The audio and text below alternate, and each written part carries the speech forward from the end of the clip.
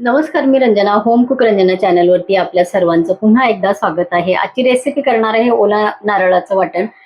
मासे बनवताना ओल्या नारळाचं वाटणाचा वापर खूप जास्त प्रमाणामध्ये केला जातो. त्याची चव खरंच छान लागते. सुक्या नारळाचं मटण मच्छीसाठी आपण वाटण करत असतो, पण स्पेशली ओल्या नारळाच्या वाटणाचे मासे नक्की करून बघा. तर आज ही रेसिपी मी इथे शेअर करणार आहे. ओल्या नारळाच्या वाटणासाठी लागणारं साहित्य मी इथे काढून घेतलेलं आहे. चला तर मग रेसिपीला सुरुवात करूया. तर इथे बघा, वाटण बनवण्यासाठी मी इथे या अख्ख्या नारळाचा वापर करणार आहे. तर ओलं नारळ आहे, इथे मी फोडल्यानंतर तुम्हाला दिसणारच आहे. गोटा नाहीये, पाणी आहे नारळामध्ये. आणि इथे साहित्य बघा मी वाटण्यासाठी काय काय घेतलेले आहे. एक लसणाचा मोठा गड्डा असतो, तो साफ करून घेतलेला आहे मी. इथे 3 टीस्पून मी घेतलेले आहेत धने, 2 टीस्पून मी इथे तीळ घेतलेले आहेत, 2 टीस्पून इथे घेतलेले आहे शेंगदाणे, थोडस काळं फूल आहे, इथे मोठी विलायची आहे मसाल्यातली, लवंग आहे थोडीशी, आणि थोडेसे मिरे आहेत, 7-8 लवंग आहेत, 5 ते 6 इथे लवंग आहेत, आणि 7-8 इथे काळी मिरी आहे, 2 तेजपत्ता आहे, आणि 2 इंचाचं मी इथे घेतलेला आहे दालचिनीचा तुकडा, आणि 2 मिडियम साईजचे, एक मोठा आणि एक छोटा साईजचा असा ह्या कांदे मी घेतलेले आहेत. 2 मिडियम साईजचे कांदे तुम्ही इथे घेऊ शकता, आणि एक मोठा हा नारळ आहे. तर आता इथे आपल्याला नारळ फोडायचा आहे, आणि हे सर्व साहित्य आपल्याला कांदा कापून आणि भाजून घ्यायचं. नारळ फोडणं खरंच सांगते एक टास्क आहे. हा कोयत्याने सुद्धा खूप छान नारळ फोडला जातो, पण आता कोयता माझ्याकडे आत्ता अवेलेबल नाहीये. मी चांगला गोल असा सारखा फोडण्याचा प्रयत्न करते मुसळीच्या साहाय्याने.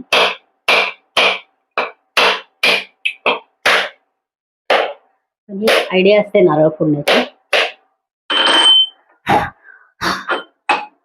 तरी बघा, क्रॅक तर गेलेली आहे. आता कोयता असता तर कोयत्याने अगदी बरोबर.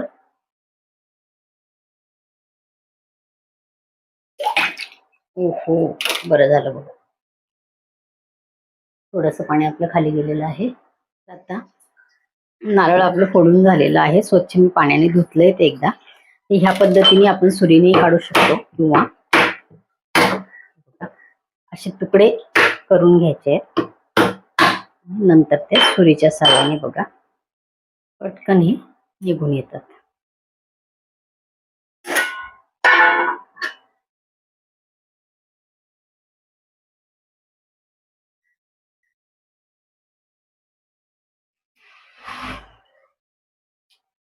हे बघा, अशा पद्धतीने मी हे नारळ काढून घेणार आहे.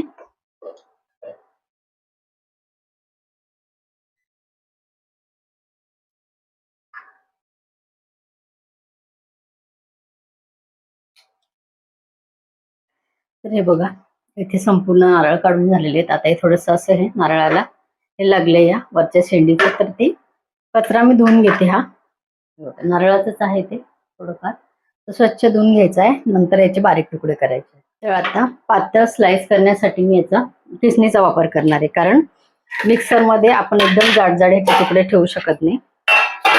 ताट घेतलं मी किसणीचं आहे बघा. इथे मी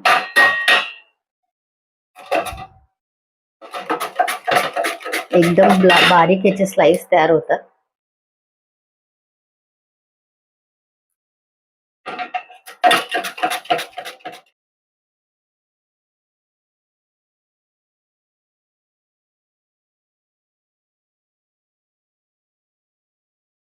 नारळ गोड निघालेला आहे, एवढा तुकडा मी खाणार आहे. तर नारळ आपलं किसून झालेलं आहे बघा. आता ह्याला आपल्याला भाजून घ्यायचं आहे. पॅन मी ठेवलेला आहे, थोडं थोडं करून भाजलं तर आपलं खोबरं एक पटकन भाजलं जाईल, म्हणून हे बघा एकदम पातळ पातळ मी या पॅनमध्ये खोबरं टाकते.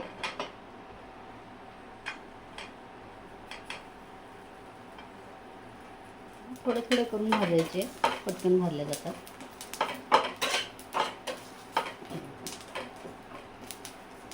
इथे आपल्याला कांदा स्लाइसमध्ये, उभ्या स्लाइसमध्ये कापून घ्यायचा आहे, पटकन भाजला जातो.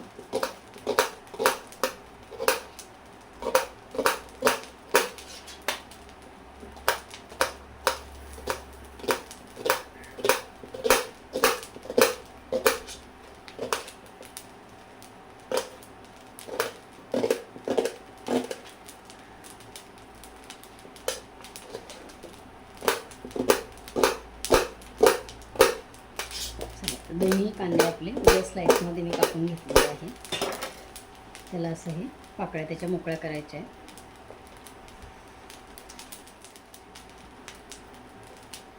पटकन भाजल्या जातात. हाताने असं चुरलं तरी हा कापलेला कांदा मोकळा मोकळा होतो.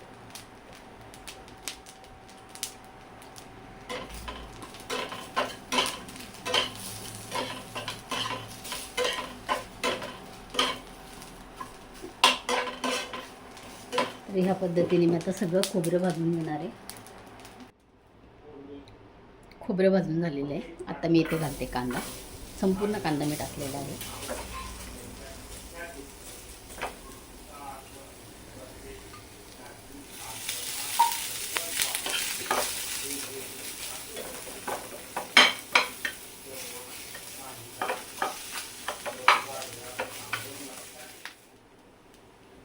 इथे आपला कांदा भाजून झालेला आहे.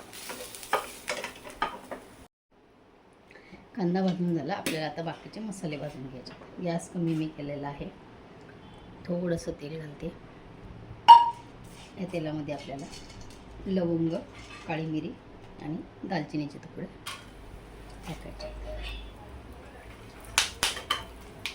तर टाकले धने, तेजपत्ता, शेंगदाणे यातले भाजलेलेच आहेत. ते मी एकत्रच टाकते. गॅस मी बंद केलेला आहे. पॅन गरम आहे. गरम पॅनवरतीच आपल्याला हे भाजून घ्यायचं. ह्याच्यातच मी लसणाच्या पाकळ्या टाकलेल्या आहेत. याच्यामध्ये 2 इंच आलं तुम्ही घालू शकता एवढ्या वाटण्यामध्ये. पण माझ्याकडे आलं लसूण पेस्ट ऑलरेडी आहे, तर ती मला आधी वापरायची आहे म्हणून मी ह्याच्यामध्ये आलं घेतलेलं नाही. तुम्ही जरूर घ्या.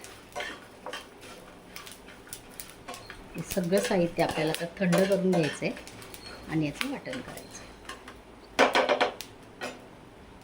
इथे बघा आपलं हे सगळं साहित्य भाजून झालेलं आहे. त्याच ताटामध्ये मी सगळं असं थंड करायला ठेवलेलं आहे. थंड झाल्यानंतर आपल्याला याचं बारीक वाटण तयार करायचं आहे. तर इथे भाजलेलं साहित्य थंड झालेलं आहे. एका मिक्सरच्या भांड्यामध्ये मी थोडं थोडं करून बारीक हे वाटून घेणार आहे. पाण्याचा वापर आपल्याला इथे करायचा आहे.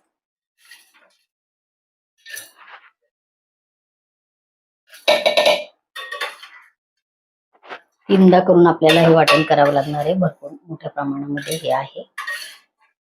आमच्या दोघींचं हे वाटण आहे आणि हे लगेच संपणारं नाहीये. 5-6 दिवस हे तुम्ही याचा वापर करू शकता फ्रीजमध्ये. या पद्धतीने आपल्याला एकदम बारीक हे वाटण करायचं आहे. तर हे असं सर्व वाटण मी ह्या पद्धतीने इथे करून घेणार आहे. इथे आपलं एका संपूर्ण मोठ्या नारळाचं वाटण तयार झालेलं आहे. एकदम आरामात राहू शकतं. छान सगळे पदार्थ आपण याच्यामध्ये जे टाकले इन्ग्रेडियंट्स ते सगळे भाजून घेतलेले आहेत. तर ह्या पद्धतीने ओल्या वाटणाचे मासे प्रकार जर करायचं असेल तर ओलं वाटण टाकून तुम्ही करू शकता. पण हे वाटण काय फक्त माशांसाठीच वापरायचं असं नाही आहे. ह्याचे अनेक पदार्थ मसाल्याच्या भाज्या चांगल्या होतात. पण त्यातल्या त्यात मच्छीच्या याला रश्श्यासाठी ओल्या वाटणाचं जास्त वापर केला जातो. तर आमच्याकडे मासे चालूच असतात, त्यामुळे हे ओल्या वाटणाचं मी बनवूनच ठेवत असते. तर आजची ही रेसिपी तुम्हाला कशी वाटली कमेंट जरूर करा. परत भेटूया असंच एका छानशा रेसिपीवर. तोपर्यंत बाय बाय.